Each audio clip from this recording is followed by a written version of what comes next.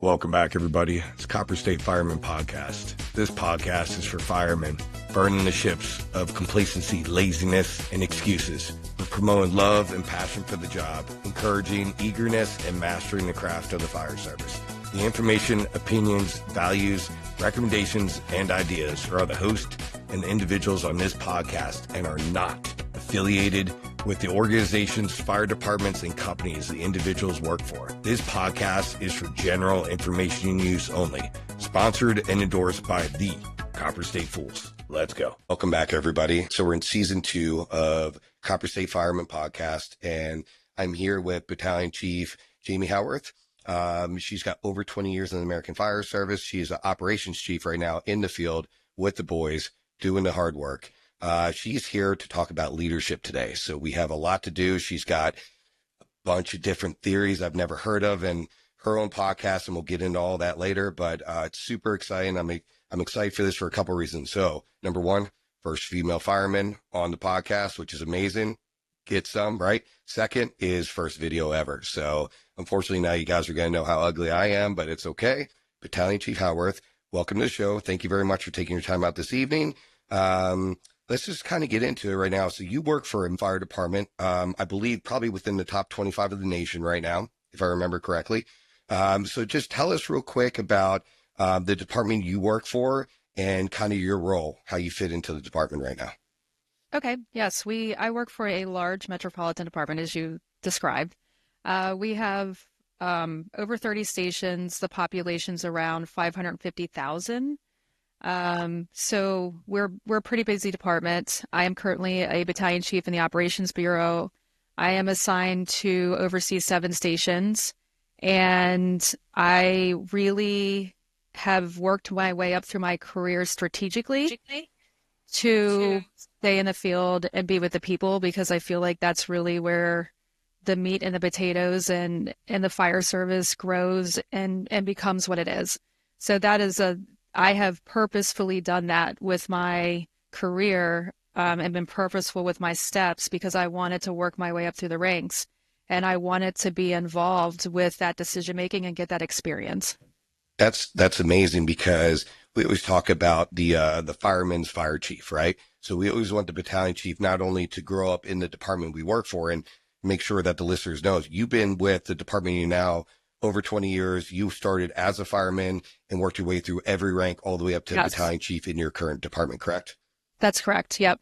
So, so now you have one of the warriors up there looking out for the guys that has been in the field the entire time, not those admin chiefs. And that's what we're looking for. And that's why we're going to sit down and talk about the leadership style that Battalion Chief Howarth possesses, because it's different. It's different than anything I've ever heard of, and it's super interesting. So it's going to be enjoyable. So before we get into your leadership, let's talk about why. Why did you even get involved in the fire service? So were you bit by the bug? Is it something that little mini you wanted to do way back in the day? Tell the audience why you became a fireman to start with. Okay. So I'm going to just correct it a little bit. I did spend 2 years of training, which I thought was a really good experience as well. And I know that you know that because you are also assigned to training. I feel like it's something that you have to do to get yourself connected from that way as well. Ever since I was in kindergarten, I wanted to be a police officer. No. Yes. So what happened? What changed you down the correct career path right now? I got pulled over on the Beltway. There you go, by one of your future brothers, right?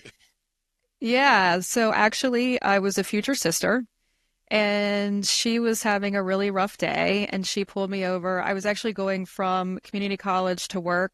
So I was in community college full time. I was working full time, and I was in a hurry to get to work. So, I guess it is partially my fault.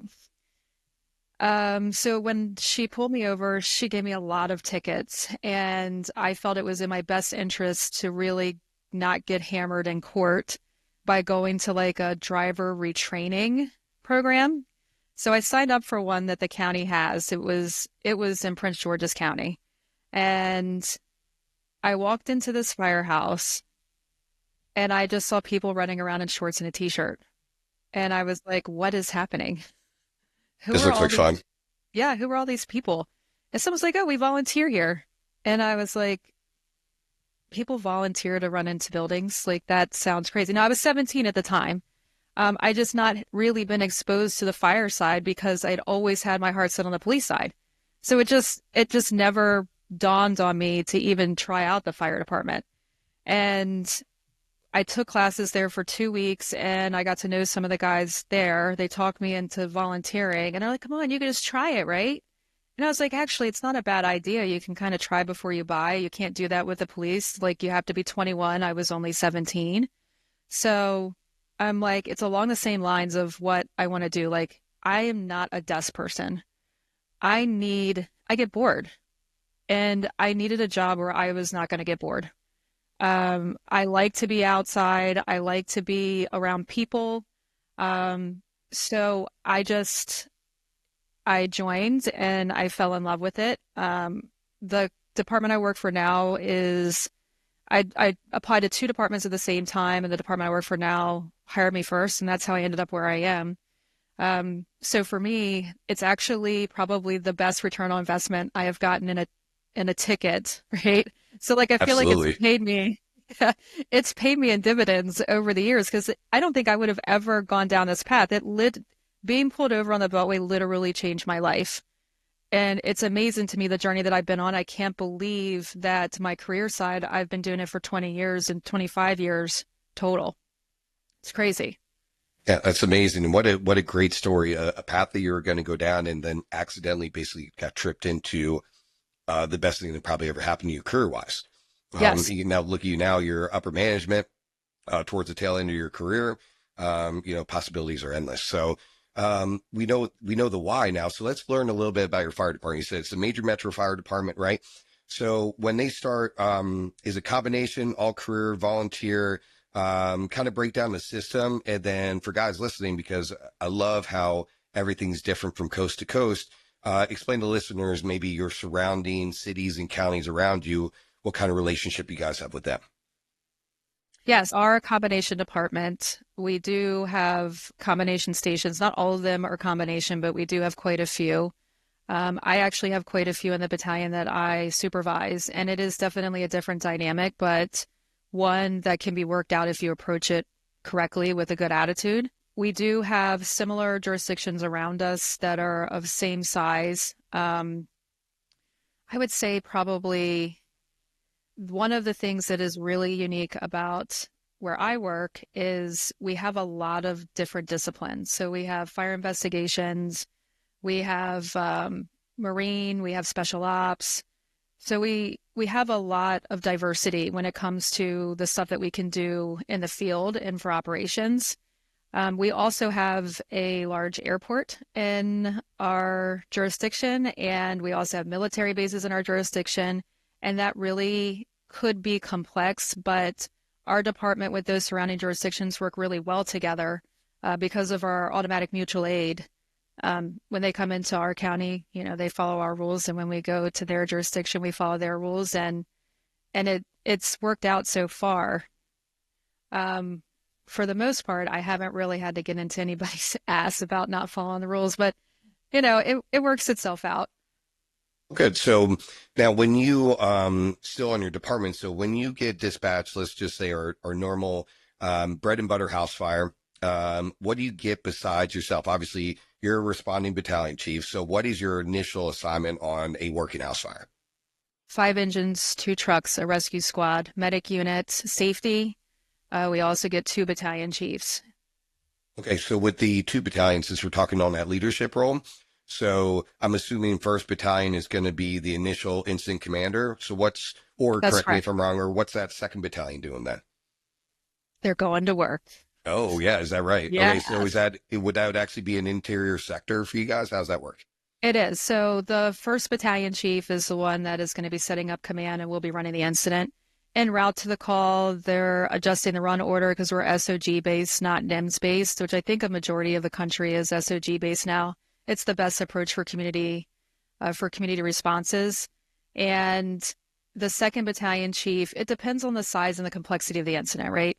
So the 2nd battalion chief could come in and could support the 1st battalion chief, but studies have shown that the second battalion chief actually going inside and being a division supervisor and being able to give that feedback and overseeing what's actually happening inside is safer and is a better approach, because those officers and those crews they're busy doing work.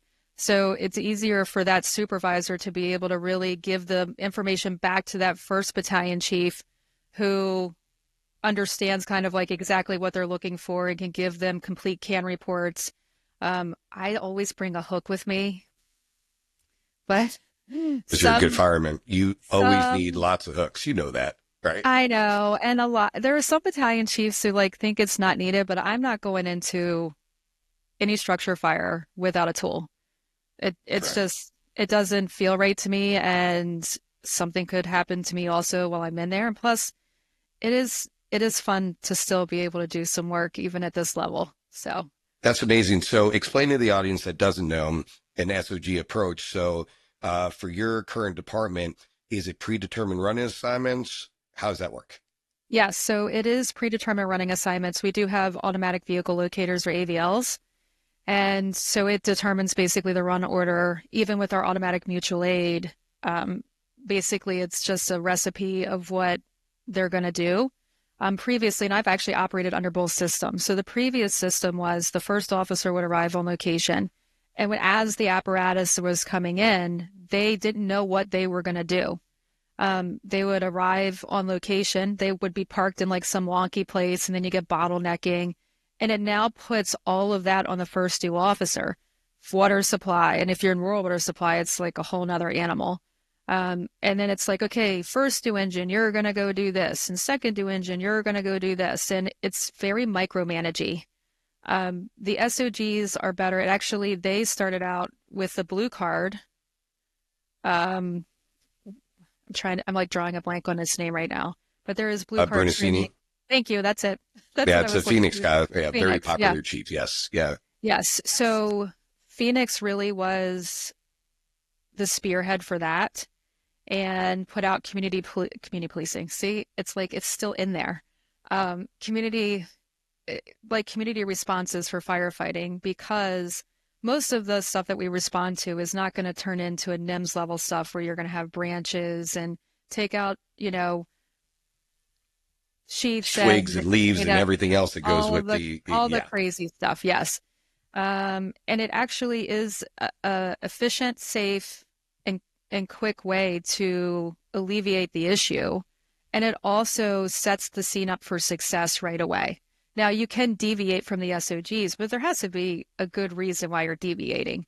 Obviously, not all structure fires are different. Even your normal structure fires are not normal structure fires. We have to approach them without complacency. Our first due engine, obviously, they're going to get the first hydrant. They're going to be our tactical command, is what we call them. And they are in command on location. They do their BIR, their 360, their basement report. Second due engine picks up their line. Third due engine is RIT. Fourth due engine, secondary water supply. Fifth due engine picks up their line. So it's pretty straightforward. Like, you need those assets in place. We actually, prior to SOGs, the second water supply never got picked up. Like, it was never even a thing, because by the time those engines got there, they're just stuck somewhere. And they're not parked in the right place. They weren't looking for a secondary hydrant or secondary water source. And the change was really, we don't like change. It is just a nature response that we just do not like change. But I came from a system that did the SOGs, because when I volunteered, that was already a thing. So I'm like, okay, finally, like, we finally have SOGs. This is really great. But some people were just so stuck in their ways. They're like, oh, we don't want to be like those other departments. We don't, just because they do it doesn't mean we have to do it. But the bottom line is, it's a best practice. Yeah. What's best for our customer in the long run. Right. Yes. And it is a best practice that supports the mission, supports the community, and supports our people. And once they figured out that it actually allows them to be more aggressive at firefighting, they were definitely more open to doing it, because now they don't have to stand in the front yard or wait for somebody to tell them what to do. They could go to work right away. And in the absence of a battalion chief arrives on location, we do a transfer of command, and then we drive the incident from there. Is that a guarantee? Let me ask you, in your personal opinion, when you arrive on scene, everything's going like gangbusters. The boys are working, everything's good. Is that something you're still going to assume command, or is that like, hey, I'll just leave it with that officer? How do you feel on that? Yeah. I prefer the transfer of command for two reasons. One, because conditions can change quickly, and I want to make sure that it's established so that we can respond to that if something does change. And two, because it takes the weight of that off of the first officer so that they can focus on actual firefighting, overhaul, search, the stuff that they need to be focusing on without worrying about all the noise and the stuff that's outside. And my job is also for accountability. Our accountability is not a passport system. We do have what they call passports, or we call them pat tags. They get put on the apparatus first thing in the morning. The officer just verifies they're on there. But when I arrive on location, my accountability is based on a command board. So I know accountability is good. If somebody falls through a floor, if somebody gets lost, I have a good idea of where they were operating. And it just puts us in a good position to have one person that is over the incident. And also, when you start to get into the complexity of it, having that experienced officer to oversee it and take some of that load off is really, it's best for everyone. Right. Absolutely. So when you assume command, so that sounds good, because it sounds like whoever that suppression officer is initially running that fire, he knows for a fact that when the battalion chief shows up, they're going to assume command. They're going to take that turret off his plate. He can go back to work, and then you all can go to work and organize from there.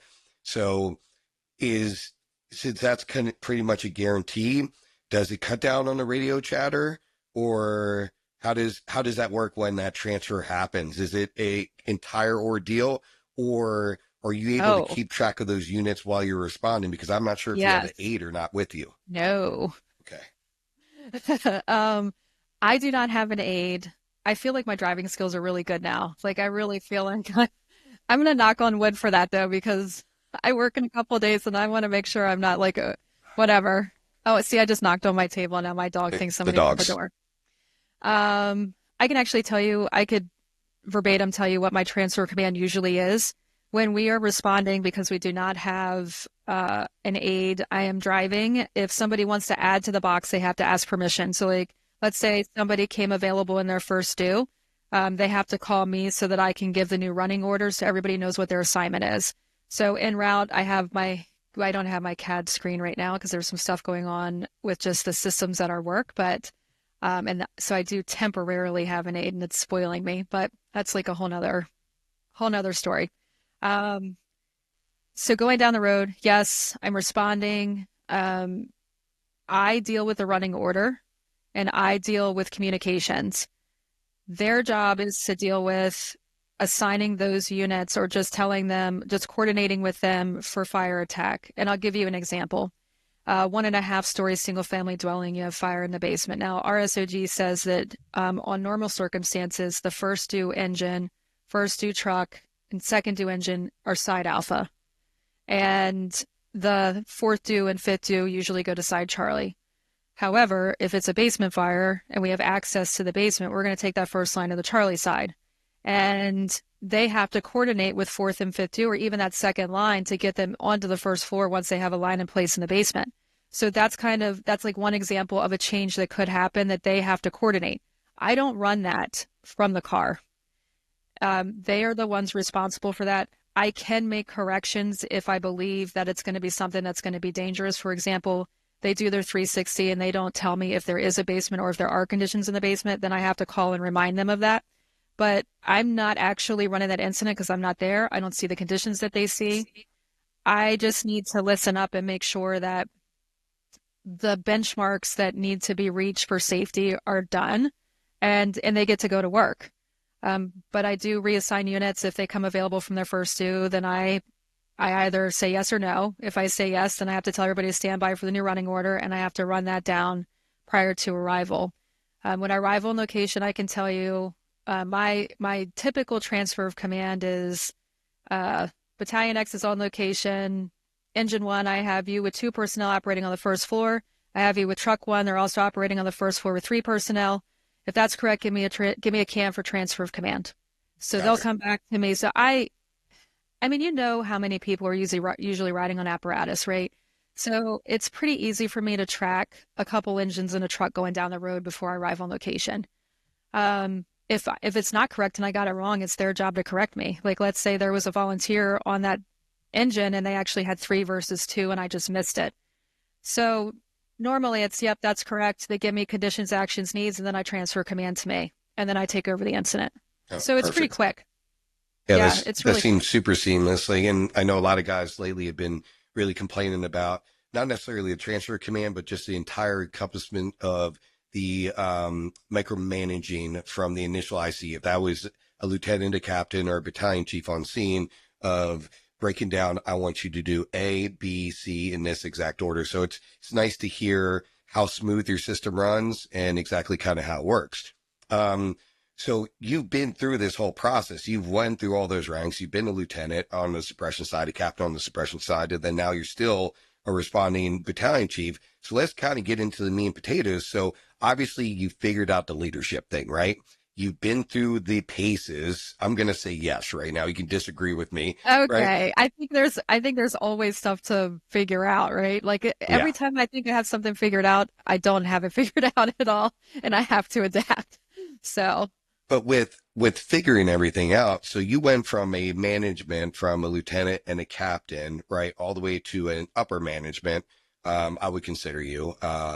What is that like when it comes down to that leadership role? So obviously we all understand the battalion chief's responsibility, but what is your outlook on leadership? What do you feel like you're good at that makes you successful in your position? And then maybe even tell the listeners what you maybe struggled with and how you kind of overcame that when it comes down to your leadership. And then I really want to get into your culture talk, and okay. you know where I'm Yeah. leading on that one. Yes. Okay. Let's start with the transition from riding the front seat of a fire engine to being by yourself in a car is it's a really hard transition. I like being around people. Come on, it's fun to be in the station. It's fun to be around, your coworkers, and you start to really gel with them. And now I am by myself. I have a lot more people I'm responsible for, but you just don't, you're not in that, you're not in that crew, you know? And it's it's kind of hard for me to view that when I walk in, it's like, oh, the chief is here. Like that's a barrier that I have to work to break down so they feel comfortable having conversations with me. I want to learn who they are and what they're about because I need to know what their strengths and weaknesses are as well. So I could use them to my advantage on the fire ground. And that really comes down mostly to my officers. And this is where kind of what you were talking about with micromanaging comes in. I think the hardest transition for me, and you talked about like the direction of the battalion chief. Some people don't make this transition because it's what they've been used to. I was riding the front seat of a fire engine as a supervisor on an engine company for almost 11 years. It was 11 years before I promoted to battalion chief, so like a long time. And then now I was in charge of a crew where you are tasks oriented. So I have my task. My job is to determine how that task gets done. And now I'm objective oriented. So my job is to make sure that the objectives happen. It's your job as the company officer to determine how that happens. So I just know that I need a search. I'm not going to tell you exactly how to do that. Your job as a company officer is to determine that. But it's so hard to shut off that part of your brain because you did it for so long. And I know when I first got promoted, it was hard for me to kind of click out of that, but I had to really force myself to do it because then your crew members or your teams, they think that you don't trust them.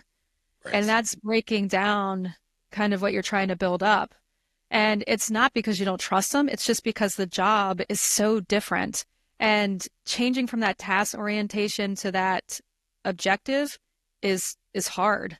But that I think that like explains a little bit why of some chiefs, I think that maybe they don't recognize it. They don't have the 360 view of themselves or the self-awareness to go, okay, something is not right. Or maybe mentors, right? I had a mentor literally tell me that. So somebody that's really well respected, somebody who really invested a lot of time in me, really showed me the right way to do it.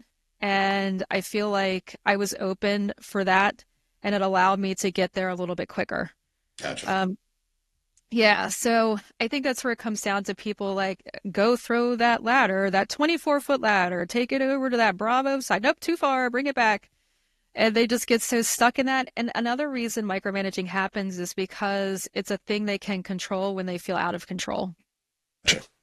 No, it's So, absolutely true because again, I'm not in the position you're in, but it must be difficult, especially being a suppression officer for so long, to be on the outs. And I mean on the outs by literally you're physically outside watching, and I know I would struggle with that because kind of what you alluded to before. First of all, you want to go to work.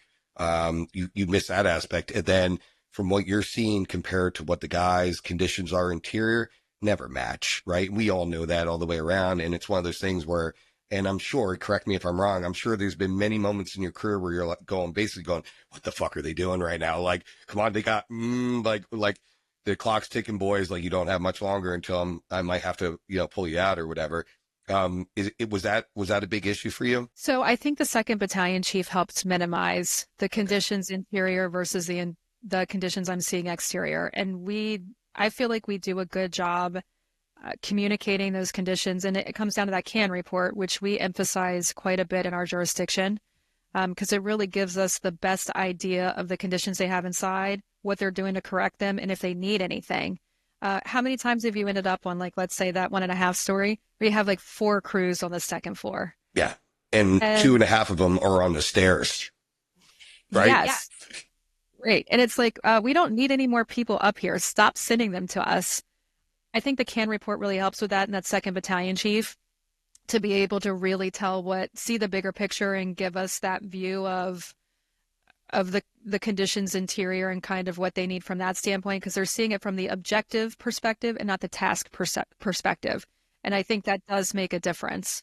Um, I already forgot the other thing you were asking me. It's all right. You actually covered everything already. So, Okay, awesome. um, last question on kind of that aspect of your role, because I know you're East Coast Fire Department, and so East Coast is typically more traditional than the West Coast where I am right now. So I know of a lot of departments back east that when the battalion chief comes, the battalion chief only comes to the captain's shift, right? Or whatever the case might be, but the battalion would pick like a single officer that they are gonna relay their information to, and they expect that captain typically, right, to delay it or relay it down to the lieutenants on the other shift. Is that the same way you operate, or do you like to visit every station, every officer, every crew, or how do you kind of like do your daily or your needs of your battalion when you're working? So on a typical work day, and a lot of stuff comes up. So let's say it's like a fairly calm work day. I communicate with my crews by sending out a briefing via email in the morning. That briefing is like kind of what each station is assigned to do. If there's something on the calendar for them, it says what our battalion level training is going to be for that day. I do have a training schedule because I want us all working towards the same goal.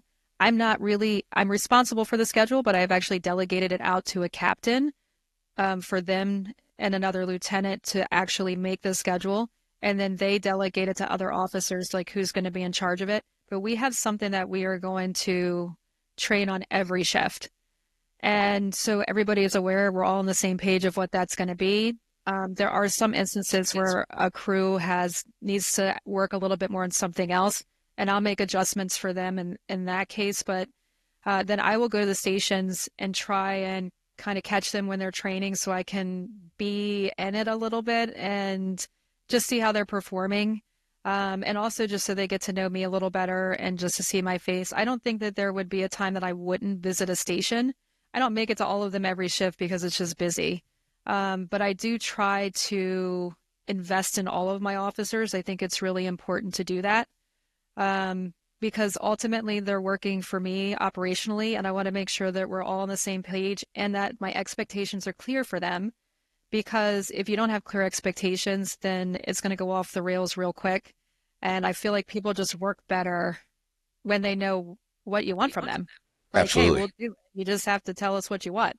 And you can't hold anybody accountable until you give them your expectations, because I mean, shame on Correct. us if we expect something out of somebody and not actually tell them. And that's kind of old school, American Fire Service. I mean, that's how when you came into the system, when I came in the system, it was kind of the same way. It was just, you do what you're told and you don't question, you don't do anything about it. So it's just different now.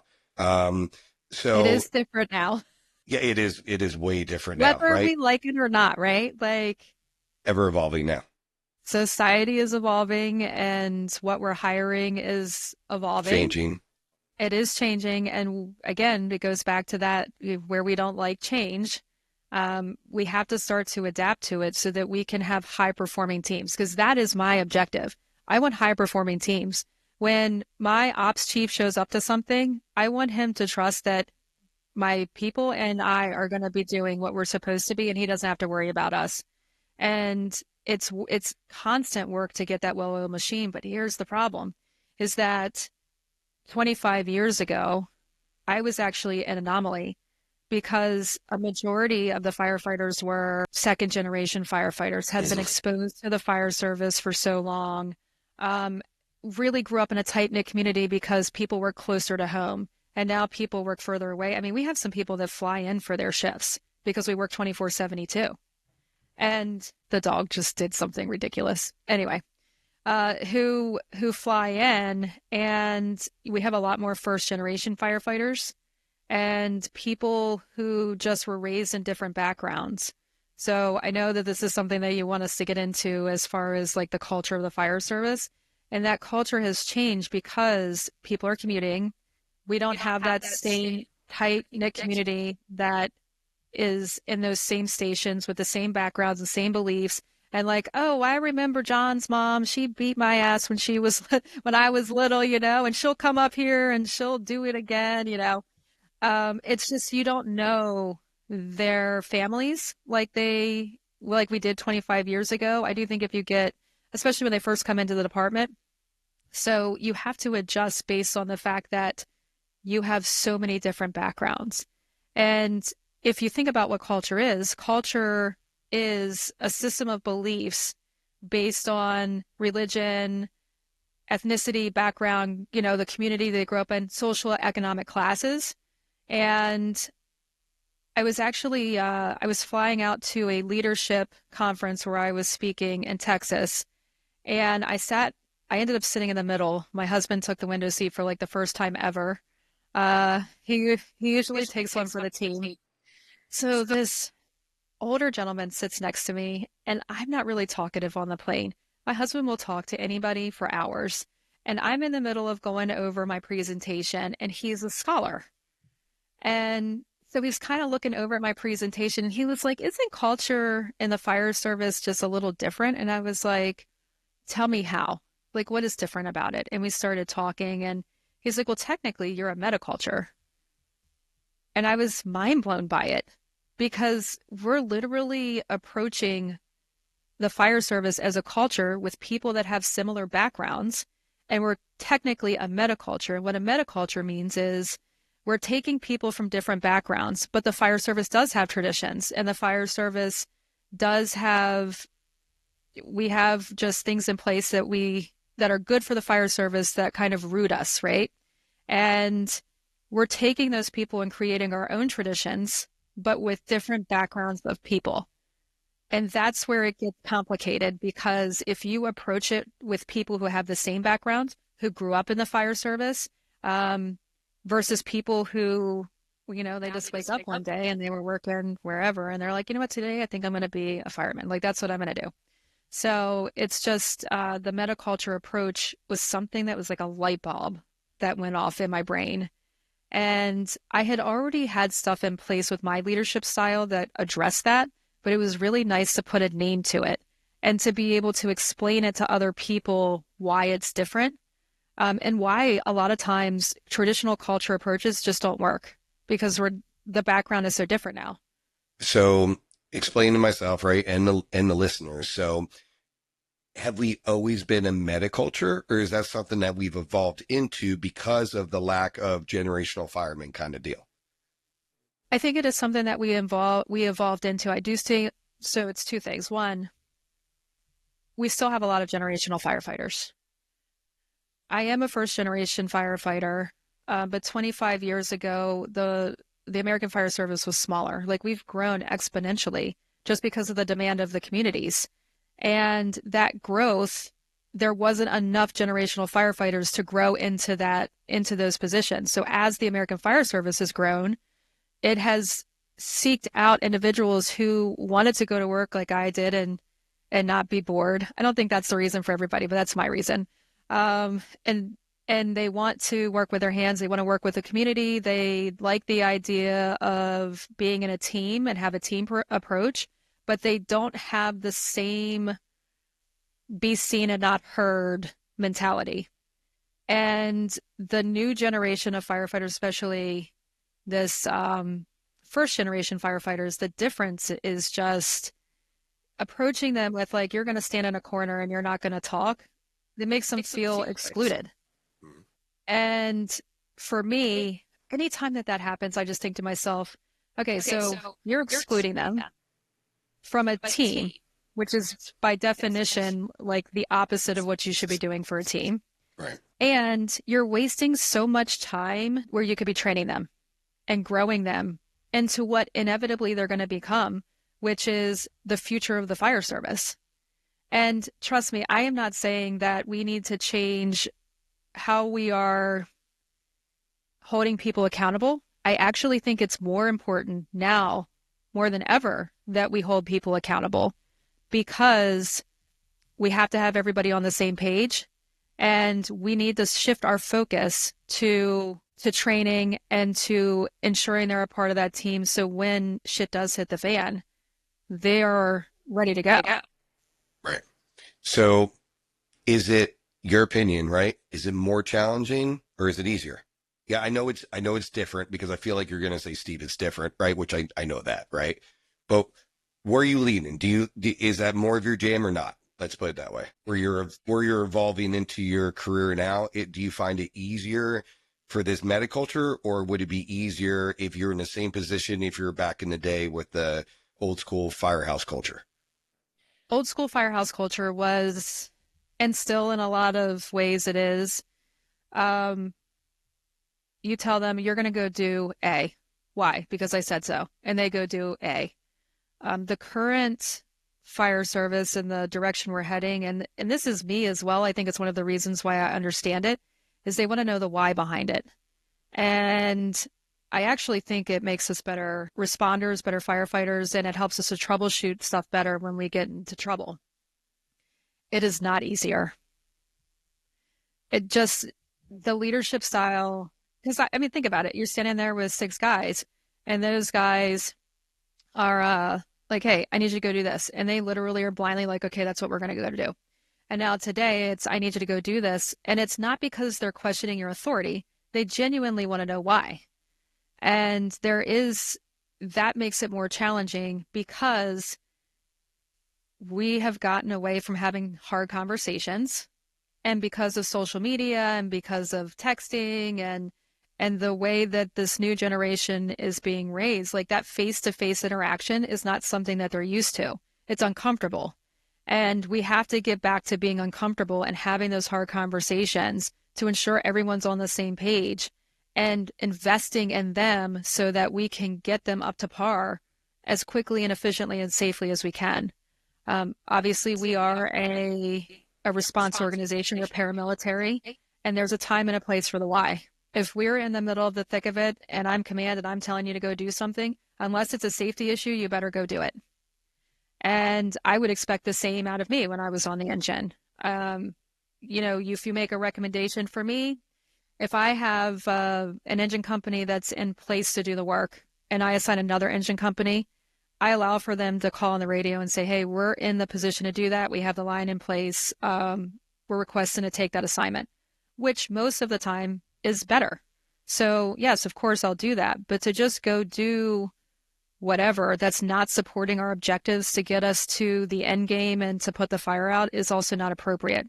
So during operational times, we really have to focus on that chain of command. In non-operational times, I think it's important to allow people to see the job from different lenses. In my department, you get hired. We have an 18-month probationary period.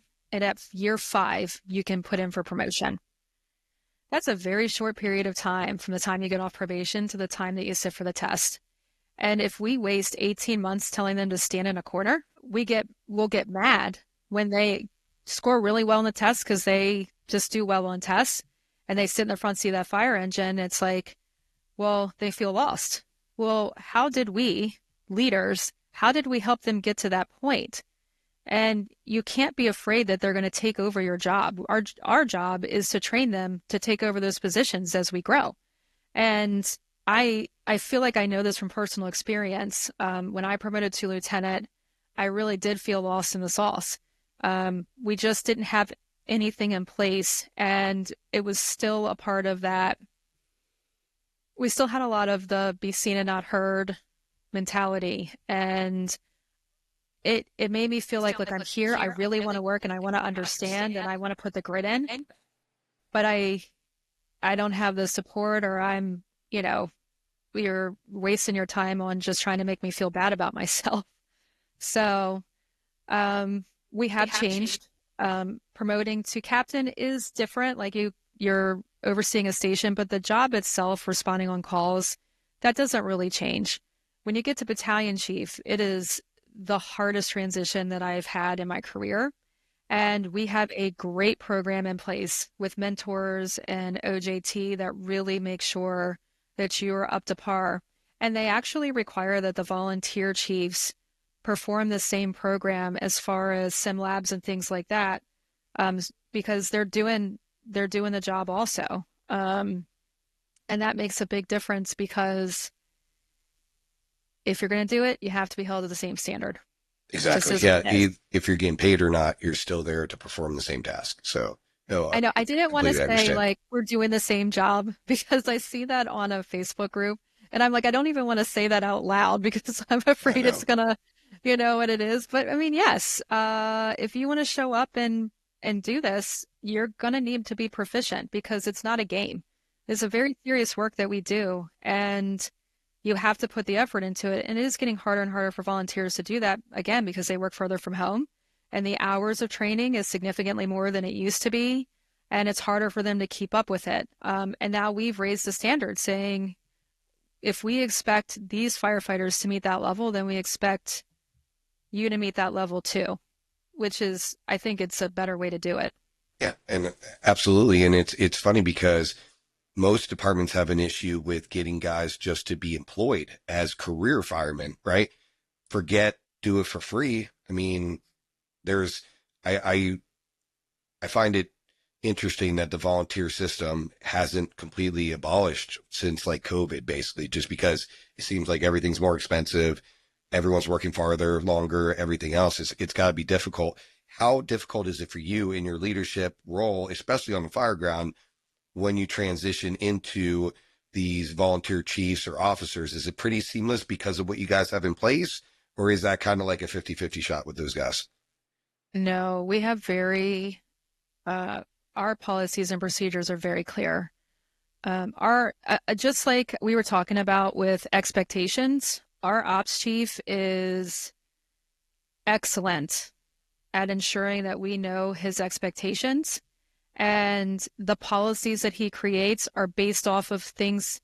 They're based off of experiences. He's got so much experience. He's brilliant at what he does, and he holds people accountable.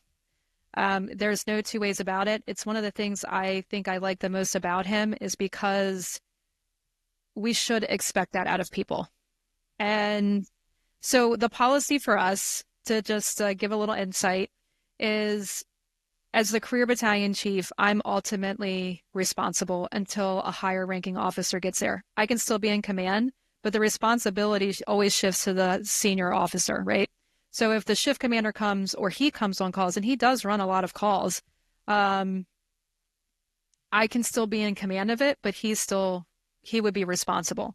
When it comes to the volunteer chiefs, if we're running a house fire, it automatically transfers to me in command. So they don't keep it. It transfers to me, and it should transfer to me for any of the calls that I respond on. But I think it does depend on who the volunteer chief is and the situation. I don't always take command from them for gas leaks or like odor of smoke, but I do say that I'm on location and that I will be out at the command post. So I'm there with them. And I think that's good for their growth and for their experiences. We have some great volunteer chiefs, great volunteers, period, that do a really good job and show up and they follow the policies and procedures and they know that they're also being held accountable and they show up, which is Perfect. great. Yes.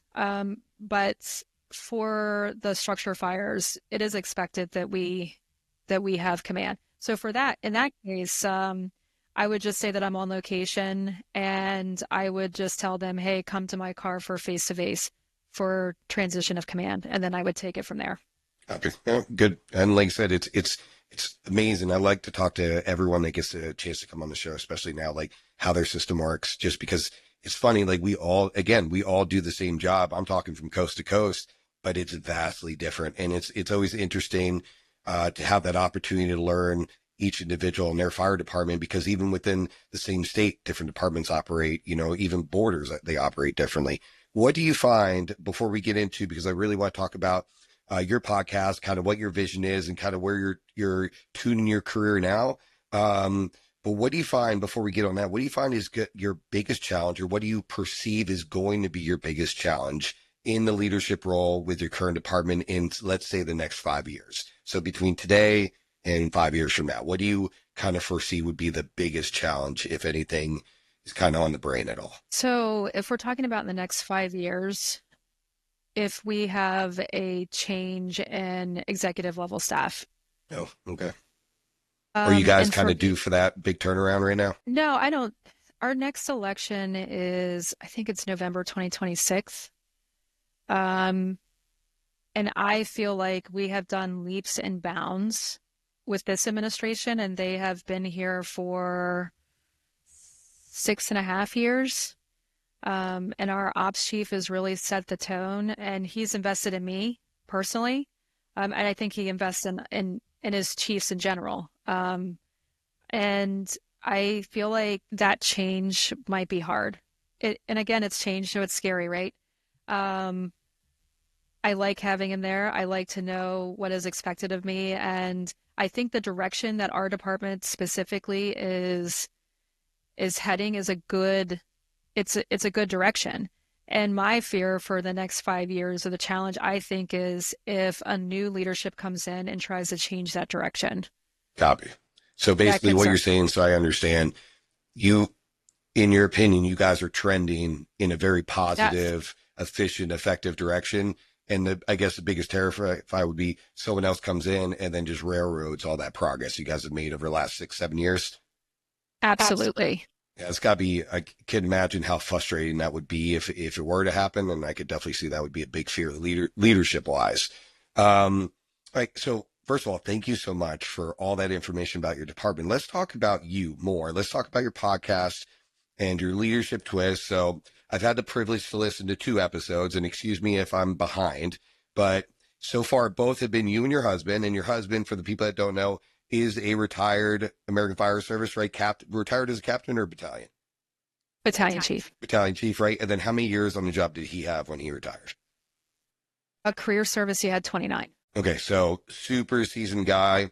So it's you two right now on the show. So just tell the listeners what you guys are doing, what your podcast is, and kind of what your plan is. So we created Ignition Leadership Podcast because I do feel like a lot of the stuff that I've learned and my experiences and his experiences, and we are going to have other people on the show as well who's share that similar background and leadership style, to just give us, just different backgrounds. And I I started the podcast because you can affect change with the people that you directly interact with. So when I was a lieutenant, it was my crew for the most part. And then as a captain, it was the station. As a battalion, it's my battalion chief or my battalion on my shift. And I was trying to figure out a way to have thoughtful conversations outside of those restrictions, because I feel like I have a lot to say. And I don't think that all of my the way that I approach stuff is the right way, but I do love thought-provoking discussions and hearing other people's perspectives of it. And I felt like this was a really great way to get information out, to hear other perspectives beyond just my small area of the world.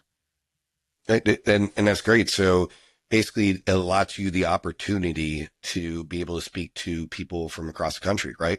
On Yeah. sharing their leadership, sharing your leadership. Is that kind of the idea? Yes. So it's so funny you said that like we all do the same job, but I can assure you that I do not like brush fires or wildland fires. Same And here. Yeah. I much prefer that my fires are contained to a structure and they're not running away from me. It just is not fun to me. So, but I bet their leadership style is potentially different, or I know for sure they have different experiences than we do, because the nature of what their structures are is different, their population is different, their water supply is different. It's just so different than what we do here. And I feel like I could probably pick up some stuff from them and they could pick up stuff from me. I pick up stuff from you, and I'm hoping that people, as they listen to our podcast, can pick up some tips and tricks along the way as well.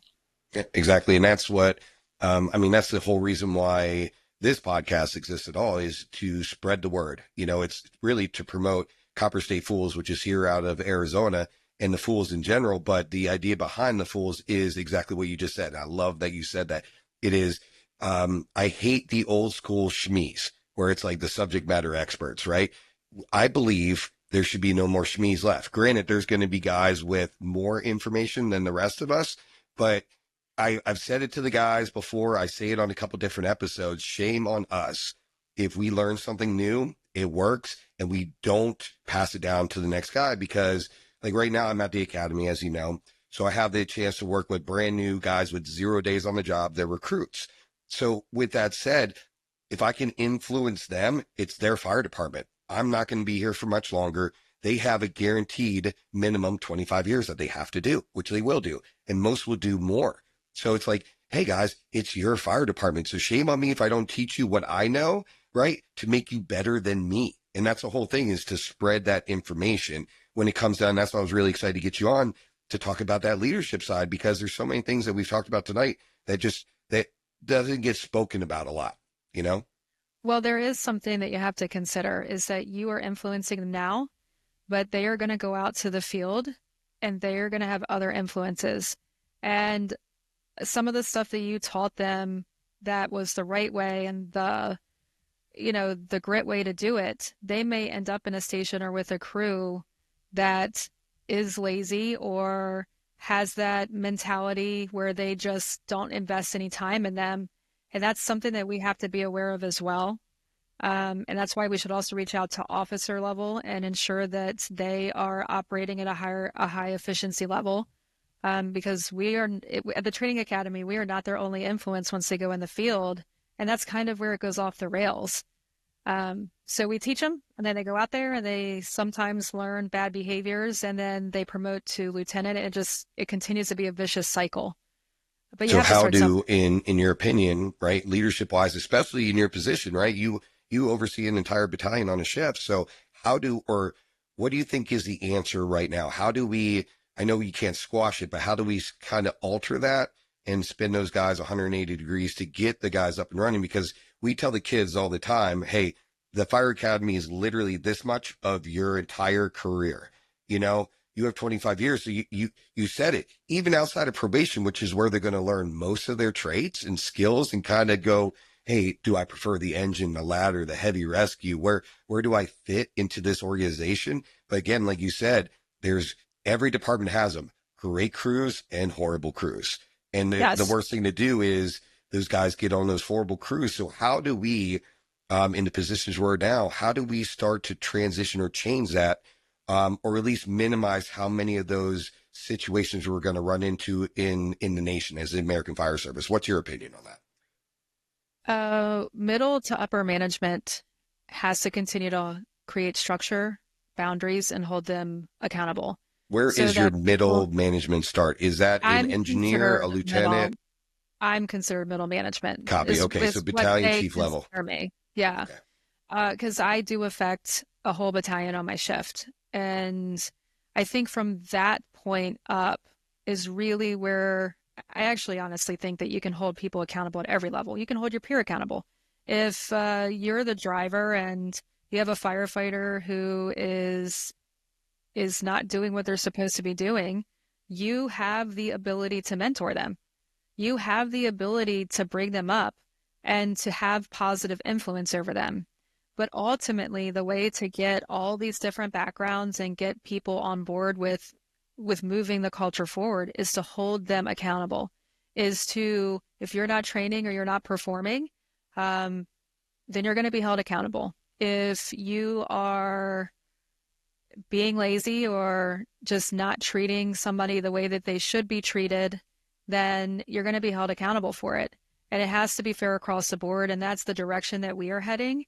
And I feel like it is really, some people don't like it. Some people have retired from it. Some people quit from it.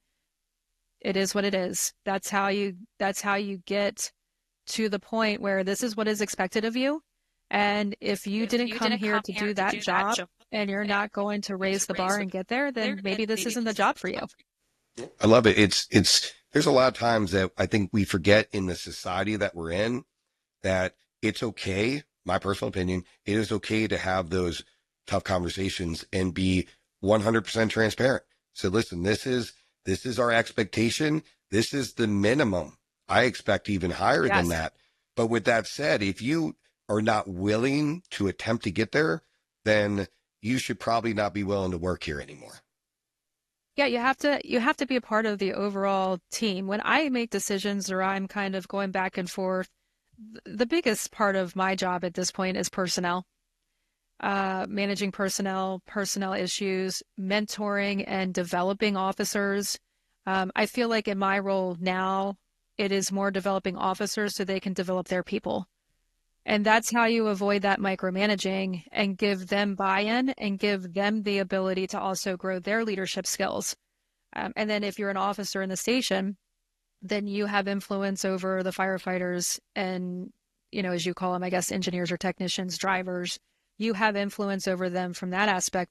But it's not something that we teach people. We don't teach people how to have hard conversations.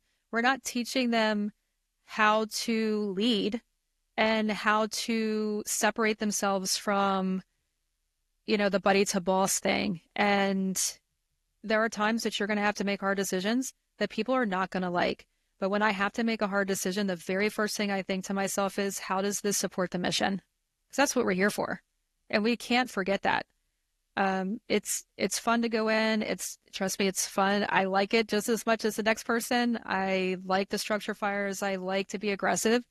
At the end of the day, we have to support the mission and what that is. That's the reason why we're here. And I was teaching a class and I asked people to raise their hands if they knew what their mission statement was for their department. And I think it was probably less than 25% who actually knew what the mission of their fire department was. Yeah. So listeners that are listening now, do you know? Do you know your mission statement? And if you don't, you should look it up. Because you should be basing what you are doing and how you're performing and how you're growing people on that mission statement. I love that. That's probably the best thing I've ever heard anybody say. Hey, what is the mission statement of your department? And then more importantly, are you following it? Right. And then are you getting the next guy up to take your position one day or to continue that growth of that mission statement, which is, again, like you said, why we're here, but more importantly for Mr. and Mrs. Smith. That is the number one reason the fire service even exists. Forget all the other stuff that we do, hazmat, technical rescue, swift water, you name it, right? We're honestly here, search, rescue, fire attack. We're there to save lives. Property comes secondary or whatever, but it is exactly what you said. Highly trained professional individuals. And if you're not willing to do that, you have to elevate your game. Yes. And the other thing is Mr. and Mrs. Smith, I might catch some flack for this. Well, I'm interested now.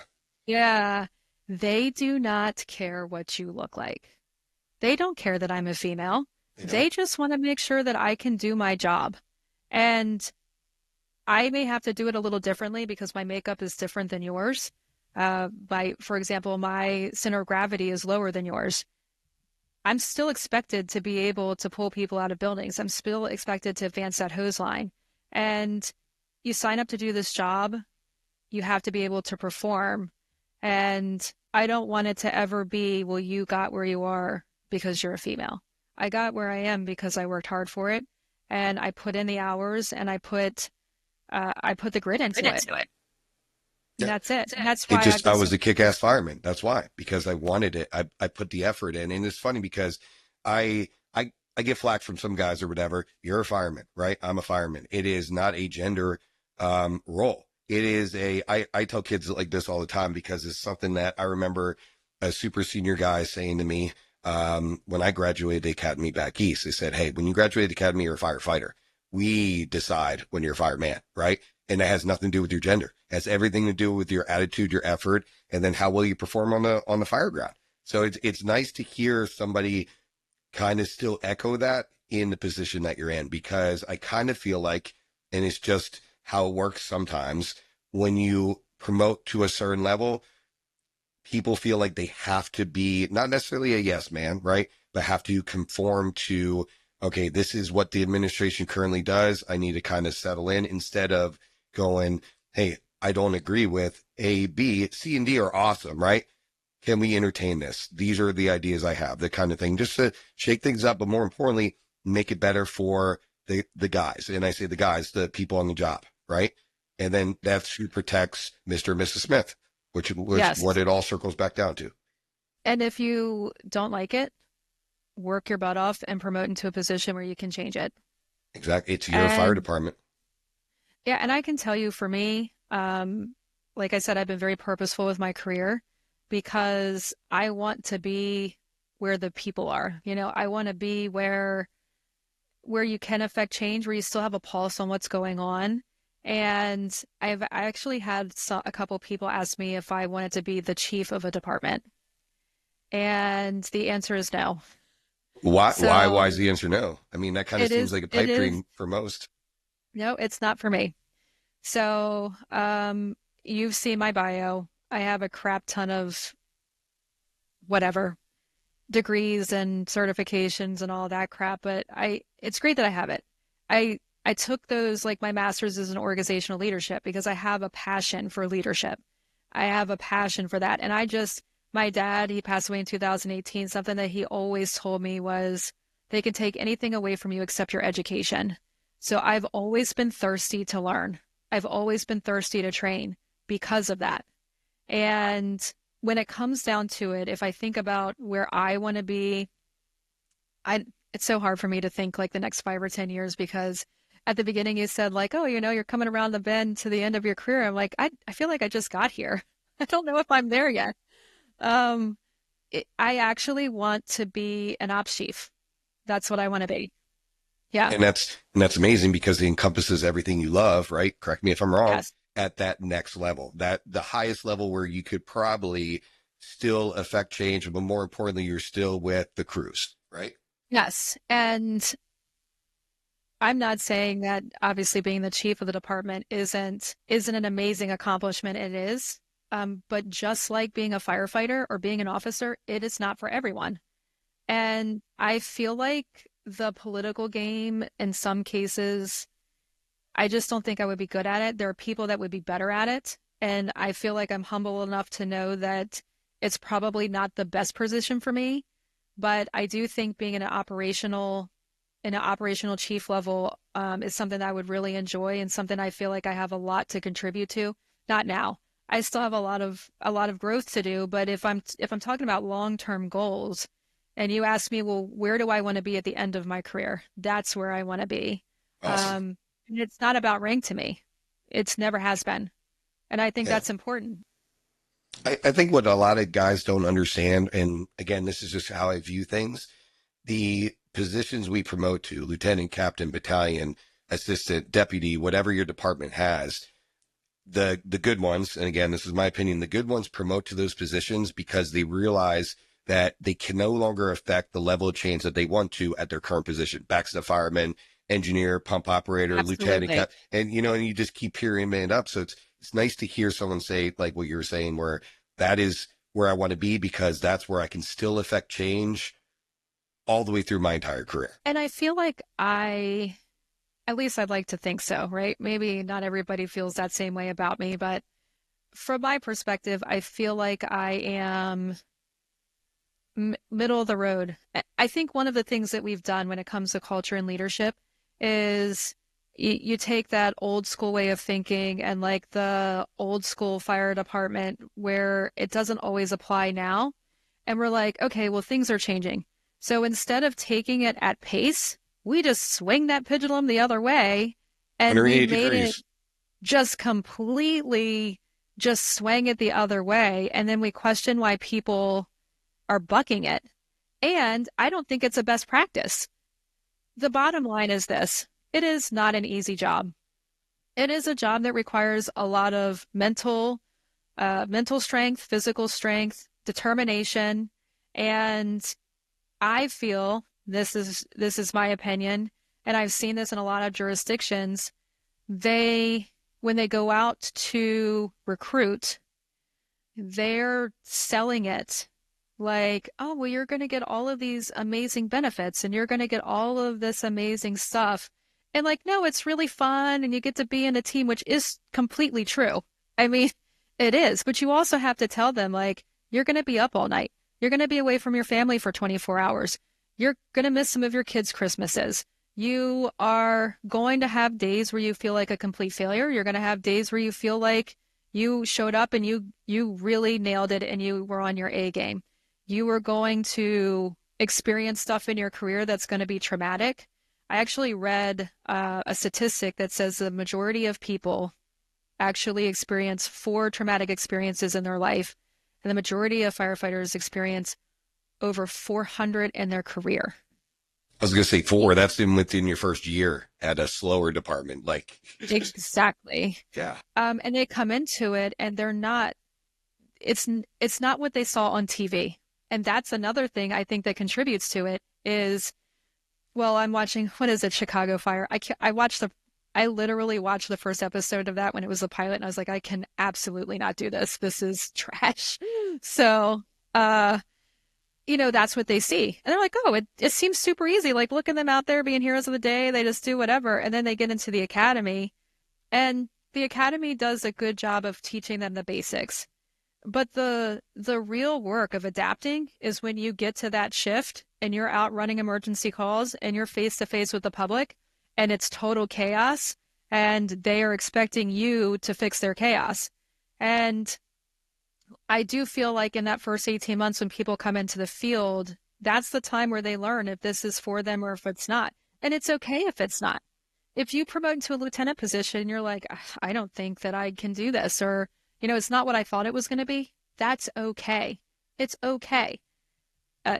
It's just you're not doing everybody any service if you stay in that position because of your ego or because of the title or things like that. You should be doing it for the right reasons. And while we do have great benefits and a great retirement and stuff like that, it shouldn't be your sole purpose for being here.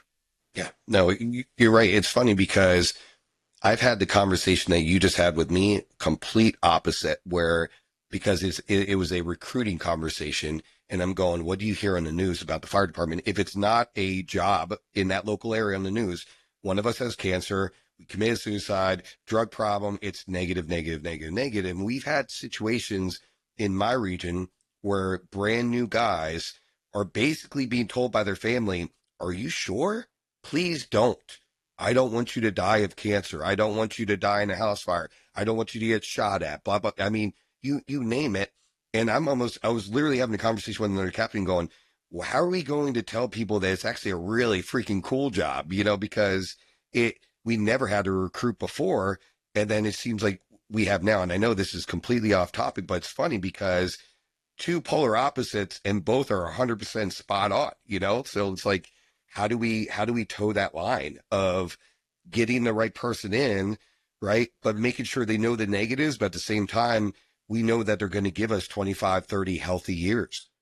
You put people in the recruiting position who are very passionate about the job and have experience being a part of a crew and have the ability to share both the positive and the negative to them in a way that they can hear it. Because I do think it is important to tell people, because it is an awesome job. I mean, I'm almost 21 years in and I go to work with a smile on my face. I genuinely love this job. And I think it's important that if you have somebody who's infectious like that with the job, that those are the people that are recruiting. And those are the people saying, yeah, for me, it has been wonderful. I am a first generation firefighter, and it has been just really rewarding for me. And yeah, the days are hard. And these are some of the things that you could face. We are working to change some of those things, but it is an inherently dangerous job. If you feel like you can work towards that, and this is something that you really feel passionate about, at least give it a try. Come into the academy, go in the field. But if at some point you decide that this is not the job for you, that's when you really have to be true to yourself. Or you decide this is really great and I think I could be in a leadership position. You start to work towards that early so that you are a good officer when the time comes. That's great. And not that knee-jerk reaction of, oh shit, there's a test in 6 months. Oh, I'll just take it, right? See how it shakes out. Exactly. So, Yeah. no, go ahead. Sorry. I know we're like a little bit delayed. When I went for battalion chief, I had been a captain for 6 years, and I started filling out command boards and just learning everything I could about the perspective of that job 2 years before I took the test. And every time a fire came out, I was listening to the fire. I still do it now, but I was listening to it. I was filling out the command board. I was understanding how accountability worked, how command was supposed to function. I was understanding the weight of that job, because there is a weight that comes with being an officer, with being a battalion chief, and the responsibility that you have for other people's lives to that level of people that you work with and know every day that could potentially not go home because of a decision that you made. And I took 2 years to put a lot of effort into it to make sure that when the time came that I was ready, and as ready as you can be. Like you You're can't, never ready. you're never ready. Yeah. And it is still really scary. It is scary when you get in that seat and they're calling for you and you're the one that has to make some of those decisions. But I felt like I'm going to control everything I can control. And I can control how much effort I put into this. And I know that in a couple years, I'm going to want to become a battalion chief, or it's something that I'm interested in. I'm going to spend that 2 years. So when the test came up, I had already done the work, and it was just continuing to know the policies and procedures and just continuing to listen to those fires. I reached out to battalion chiefs and asked them for mentorship, which I think is really important in the fire service. And if you're the one that wants to be mentored, you're the one that needs to be reaching out. People are not going to come to you and be like, hey, Phil, would you like to be mentored by me? No, you got to go and get it. That's like the whole point. And it's a little weird too if somebody's coming up to you asking a reverse question and be like, Yeah, stranger things have happened. Sure. So while we start kind of winding down, before we get into the questions of the season, I'm going to put you on the spot for a second, but I have no doubt that you're going to crush it. And I'm just curious because the question came to me as we've been talking.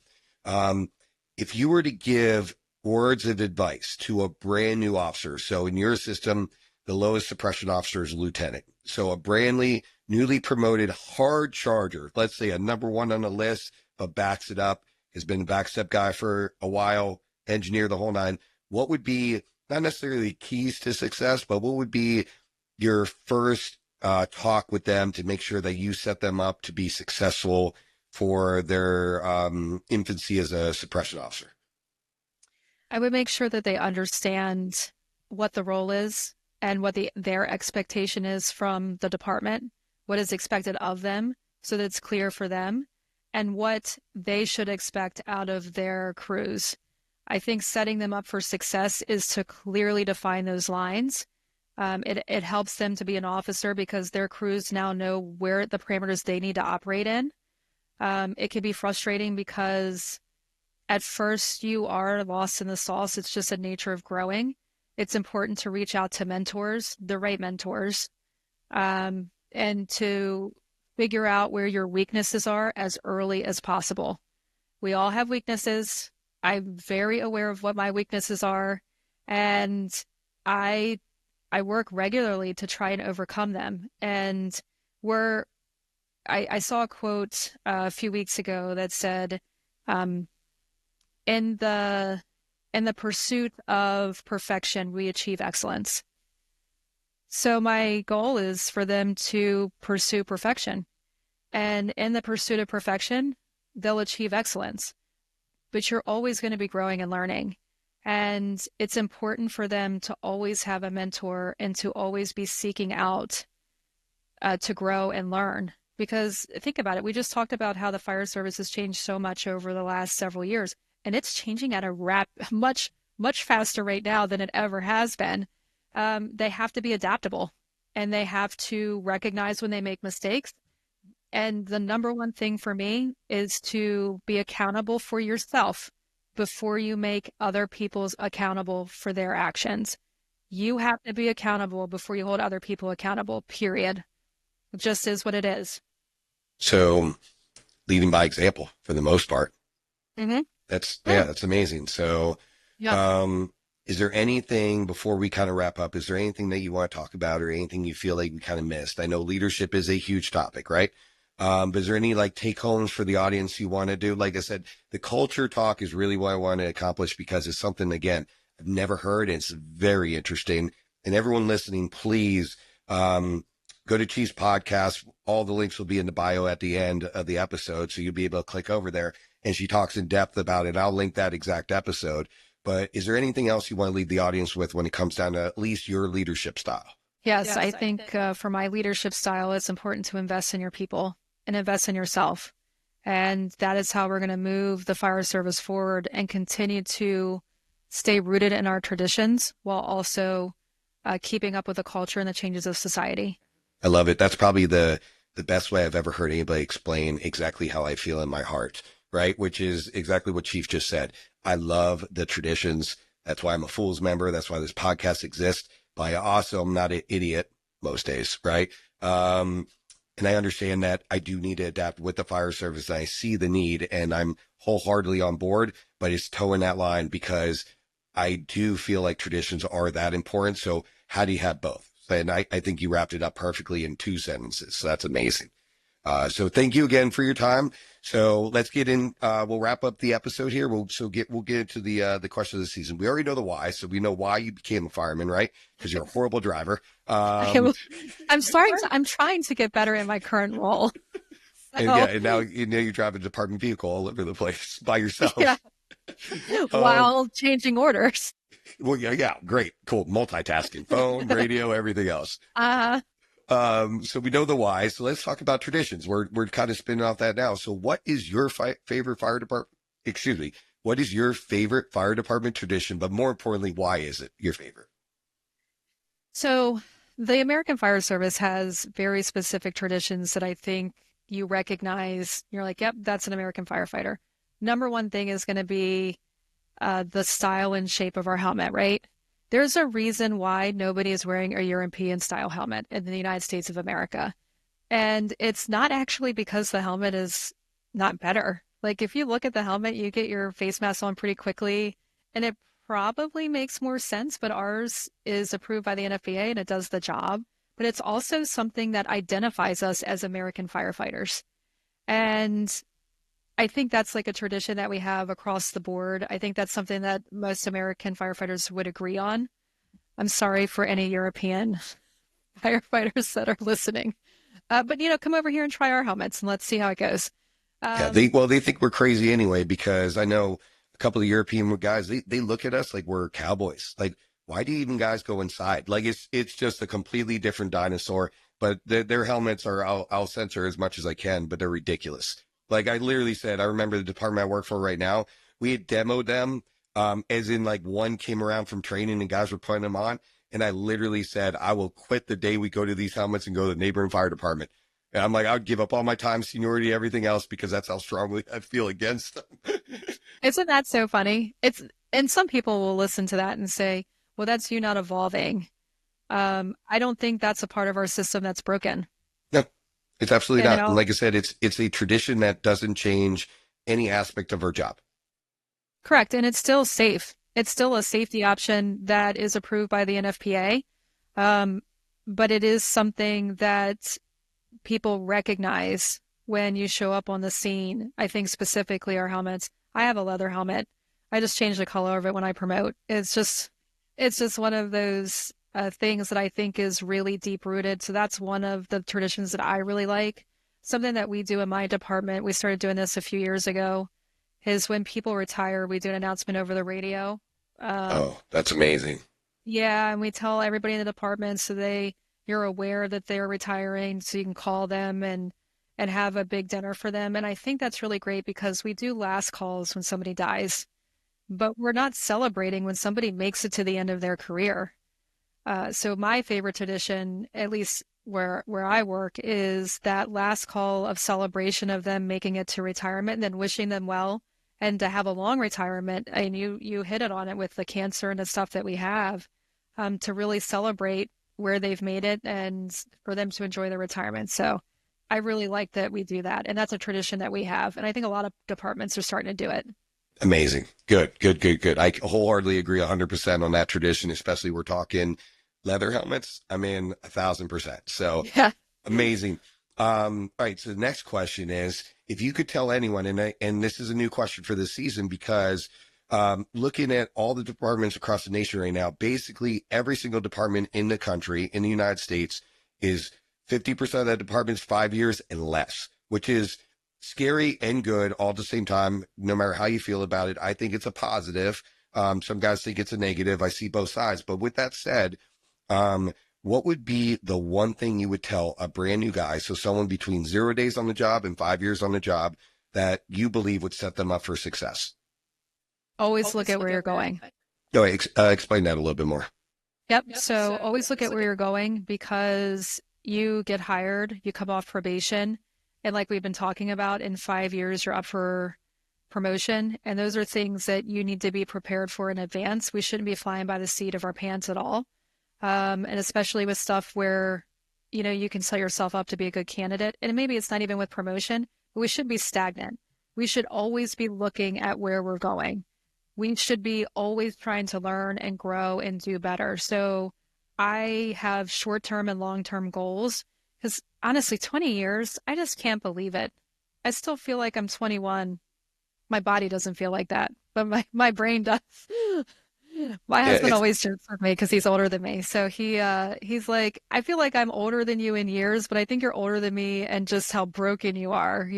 how much you moan when you try to stand up, the old man Yeah, noises that yeah. come out. Ugh. Oh, in 2010, I had back surgery from a fire. It just a surgery that it was like a whole block that was on fire. So I was a firefighter and I ended up having surgery and they swore that I was going to get retired. I was like, absolutely not.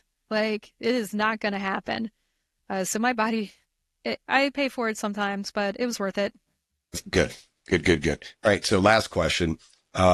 This is exact opposite of kind of what we're coming off of. So let's do a change. So if you could change, that includes implementing something, completely eliminating something, whatever it is. Basically, you are king for the day. Your fire department, right? You could change one thing in the American Fire Service. So it's not even your department, across the country. One individual thing that you can change the American Fire Service. Zero sweat equity, instant gratification. What would it be? But more importantly, why would you do it? Oh, that is a multifaceted question. I know. I love Uh, it. See, you're getting me to think. Something that I could change. Yeah. I would definitely change how we promote people into leadership positions. And something that can be instant gratifications is putting more effort into mentorship programs. To be a good leader, you have to be a good follower and you have to have good followership. So for me, I would put something in place that sets up a better mentorship program so that people that, they're always looking forward and they have a direction to go and they have kind of a recipe for how to get there. Perfect. Is there anything in particular, if you could change everything, how you would change the promotional process? If it could be your way, what would that look like? Is that is that a harder end test? Is that no test? Is that all tactical, practical stuff? Like what would be your you're trying to promote or make a list for lieutenants, what would be your desire if you could run the entire show with no holds bars? So we have actually changed our promotional process quite a bit. We do have an assessment center. A part of the grade does still rely on a written test. I struggle with that a little bit because we have good people who just are not good test takers. And they know the information and they can put the information into play, but they're just not good at taking tests. So we're not putting them into that leadership position just because they're just not good at taking a Test takers, test. yeah. That's it, right? Like, and that doesn't really have a lot to do specifically with your job. You're just not a good test taker. I do think the assessment center is where it's at. And I do think if I could change one thing, and this is, again, it could be controversial. I was actually talking to a friend the other day about promotional processes in general. And they didn't realize that when you get people from other jurisdictions to come, the norm is just to send somebody from day work to evaluate. Really? So if I could, yes. So just look into that. Just start looking into that and figure out when other departments look for people from outside to evaluate, ask who they send. Interesting. I think that in order to evaluate somebody in a promotional process, that you need to be a well-rounded officer with experience. And I'm not saying that you have to be in the field, but you should have some experience and background. I can say in our department, we have a very fair process that puts it out to people in the field. And we do of course have people on day work that do a really great job, but I'm talking about the people who've spent their entire careers on day work. You know what I'm saying? Like, then you send them to an assessment center and they're going to assess how somebody should respond in the field. It doesn't make any sense. It doesn't work like that. Yeah. And they're not supervising people on day work and this is because I'm not trying to be jaded to day work people. I spent a couple years at the training academy, but I do know a lot of day work positions, like you're not really supervising other people. And then you go in there and you have to determine if somebody is going to be good at supervising someone else, or you have to determine if the way that they approached a tactical situation is appropriate. And the general standard that I have found just from my experience is, well, it's just easier to send somebody on day work, right? Because you don't have to backfill their spot in the field. And it's just regular time. And I feel like we should be sending the best candidates for the assessment center to also evaluate. I think that's super important, and that's how we're going to get the right people into the right places. And I think if you are the person or the department that is sending people, you should be sending the people that you think are going to do the best job at evaluating that department, because these ultimately are going to be your mutual aid companies. Do you believe that the best, and again, in your opinion, the best model would be outside agencies? Say we're doing a test for captains, right? So you bring in battalion chiefs or captains from neighboring departments, or would you prefer keeping it in-house because you want to make sure they fit that model that you guys operate? What would be your preference? That's a great question. I actually prefer the way that we do it for ours right now, so I can give you a little insight for the battalion chiefs process. For that, we had what is called a PHP history portfolio. They ask you questions and you have 1 page or 2 pages to write down your experience, how you've contributed to the fire service, what your training and education is. And then that is graded internally from internal evaluators. And the way that they make it fair is they do give a list of people they feel would do an honest, fair job that are respected in the department. And then me as a candidate, I get the option to choose 5 of them. And then 3 of them will be my evaluator. So you're not just stuck with, oh man, that guy, he thinks I'm like awful. And, I got into an argument with him one time and now it's like I'm completely doomed. You do have a little bit of say over who it is, but for the history portfolio, what our department values is a good mix of training and experience, and who better to really determine that for the history portfolio than internal people. The assessment center is external. that is done by a company, and I think that is the fairest way, so that there's no there's no optics that somebody is just getting a fair shake. And I can tell you, I just told this to one person, and he's probably going to listen to this podcast, and he was mind blown when I told him this. I scored number 1 on the promotional process for Battalion Chief. And he's like, man, how did that make you feel? And I said, sick to my stomach. And he's like, why? You're not excited? I said, nope, because people are going to think it was given to me. I didn't even think about that. But people are going to think my assessment center was a very, very high score. And it's not because I was given to me. People didn't know. I don't just sit down and tell people like, hey, look at all this stuff that I've done and how long, people didn't know I was sitting at my house for 2 years listening to fires and writing stuff down. I know for sure that I earned it, but a way to take away that doubt is to make a third party in charge of it. And it was internal people that graded my history portfolio, and I was not number 1 at the end of that, but I was closer to the top. But then I freaking brought it to the assessment center. I laid it all on the line, but it just made me feel sick to my stomach. And I think that the way to avoid that in general is by creating that separation to ensure that it's a fair process. That's awesome. So I've never thought of a third party coming in. And initially when you said it, my honest initial reaction was like, oh, no. I hate that idea, right? They don't know our job. But then as I'm listening to you talk, yeah, obviously it would be a company that is set up to address firemen in our roles or what that department is looking for as a candidate, I'm assuming, right? Something along those lines? Yes. So they work with our department, and we have a work group for the different ranks of people that have already been experienced in that rank that are highly qualified and well experienced, and they help put the assessment center together. Okay. And so what is determined that is an important job function, that's all determined internally. The assessment center itself is just a fair way to execute it.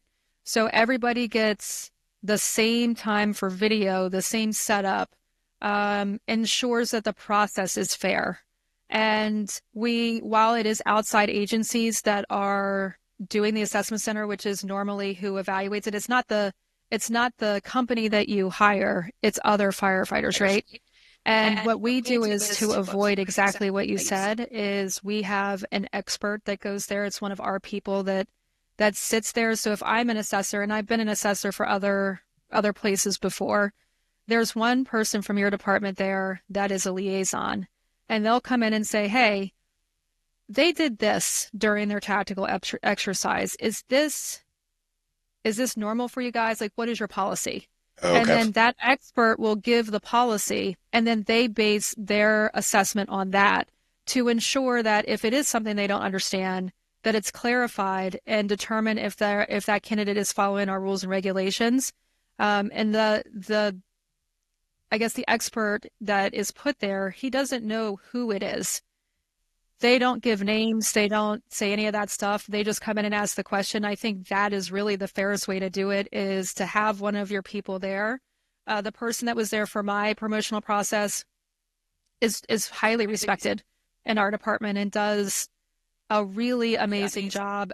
And he's across the board, like you would say, like fireman's fireman, right? Like he's the man. He's the guy. I actually call him the mayor. So he knows his shit. He does. You cannot refute that. Like him or not like him, he knows his stuff, and he has been in that leadership role as a battalion chief for a long time. Like, he's been a battalion chief in our busiest battalion for almost as long as I've worked for this department. That's amazing. Yeah. So he's our expert, right? And he goes in there, and when they have those questions, without a doubt, he can answer those questions in a fair manner where he says, this is what we do, and this is why we do it. And then they can determine how they are going to grade it based off of that. And I feel like that's fair. That's a fair way to do it. Yeah. Do you have any, I'm just curious, do you have any kickback from the union about something like that or no? No, they actually prefer it to be a process where it is fair for everyone. So, Cool. Good. Well, it worked out great then. Well, that was the first time I had follow-up questions to the single question ever, right? It was so intriguing. So I really appreciate that. So we're done. Say thank you. First of all, thank you so much for your time. I know we kind of went back and forth or whatever. Please tell the audience, and again, it's going to be in the notes, but remind everybody, how they can find you, for your podcast, what you're up to, any of your social media, if you can plug all that, and then, I'll put it all in the notes when this goes live. awesome. Yep. So we are Ignition Leadership Podcast. So you can find us on all major platforms. We have YouTube, Spotify, Apple, RSS feed. We do have a Facebook page, Instagram. I actually post on LinkedIn from my personal name. So if you just search my name on LinkedIn and connect, I post on there as well. I have a whole list of stuff I want to talk about, and it has to do with uh, thought-provoking discussions on leadership and different approaches to get all of your team on the same page, but still hold them accountable, and most importantly, preserve the traditions of the fire service. So I'm excited about that because I feel like that base of who we are and what we do gets lost by swinging the pendulum the other way. And I just want to show that there is a way to do it without having to swing it all the way the other way and we forget where we came from. I love it. And that's exactly why Chief Howarth is on this show right now, because like I said, she's one of the firemen's chiefs. So came up through the ranks, right? And then if you had any doubt all the way up to the very end of this podcast, if you made it all the way up here, thank you for listening. She just crushed it right there, right? Maintaining the traditions, but improving the fire service, especially on the leadership side. We have so many options on helping people get hired, get into positions, get specialties, paramedic, TRT, hazmat, whatever the case might be. But then I feel like, and I know you agree with me on this one, once you decide to take a test for that suppression officer, then you're on your own. Hey, you passed the test, you did number one, good. That must mean you're a good leader. Take the boys and go. And it's obviously, we know the exact opposite of that. Yeah, you're a great fireman. You can do the task-oriented stuff well, but when it comes to station operations and making your team perform at the highest function and the highest level, we don't teach our people how to do that. No, not at all. Yeah, we're task-oriented, not people-minded when it comes down to that. And that's, again, something that we're all realizing. And again, Chief Howard right now is trying to rapidly change that with her podcast and her conferences and everything else by getting that information out and giving us other options and other slideshows to be able to make our crews better. And guess what? For everyone listening to this, and especially if you're a suppression officer, when you look good, it's because your crew performed. It has really nothing to do with us, right? We're the ones that facilitate that. But in all reality, you could be a shitty suppression officer with an amazing crew, and they're going to say you're awesome every single time. That's just how it is, you know? Yeah, but your crew knows. And those are the people that you are responsible for. And I'm a proponent and working really hard and investing in your people. And I feel like all the leadership stuff that I've looked for and I've tried to find in the fire service, it's either you're one way or the other. It's like, no, we're not changing at all. We're going to go in with 3/4 boots and make it like, how it used to be. And then there's the other group that's like, we need safe spaces. And if they get upset, we have to make sure that they have room to argue with us. And that is not the way that it goes either. It needs to be structured. They need to be held accountable. I need to be held accountable for my actions. And I had a hard time finding that. And so I'm like, you know what? I feel like I have a message to put out there for thought-provoking discussion on how you can have both. Yep. And you're absolutely right. And like I said, I've enjoyed every episode I've had the privilege to listen to. And again, I am honored that you agreed to come on this show. So thank you again. Thank you everyone for listening. And again, just to close it out, remember, if you are feeling stale or you're searching for knowledge and you're not getting it with your fire department, I guarantee you, no matter where you are, there's a Fools organization next to you. Reach out to them. They're like-minded individuals. It's a great place to start. And again, we can all learn something from somebody, no matter what coast they're on, what department they work for, big, small, it doesn't matter. So be a constant learner, be a student of the game, right? Keep the traditions alive. And again, when you get a chance, please check out Chief Howarth's podcast. She's a wealth of knowledge, especially when it comes down to that leadership. And I'm excited to see what you put out in the future, Chief. Thank you so much for your time. I appreciate you. Thank you. It was great catching up with you. Absolutely. We'll catch you guys in another 2 weeks. Thank you. Thanks for listening. We'll be back in another 2 weeks. Remember to like, share, review if you can. Helps drive traffic to our podcast. Remember, let's leave our ego out of the fire service. It's amazing what we can accomplish when no one's looking for credit. Much love. Let's stop beating our own and become better firemen. Catch you next time.